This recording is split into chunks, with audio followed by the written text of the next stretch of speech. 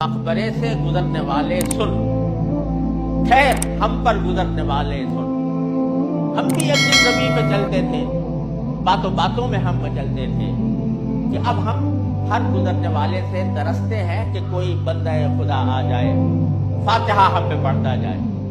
یعنی اب ہم اس بات کو ترستے ہیں کہ ہمارے نامۂ اعمال میں کوئی اضافہ ہو جائے، لیکن اس بات کی امید پر رہتے ہیں کہ کوئی اللہ کا بندہ آ جائے، آ کر ہمیں ایصال ثواب کر دے.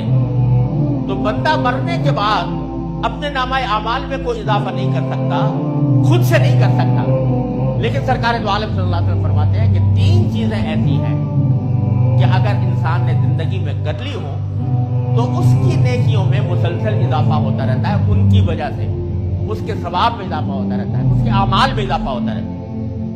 وہ 3 چیزیں کیا ہیں؟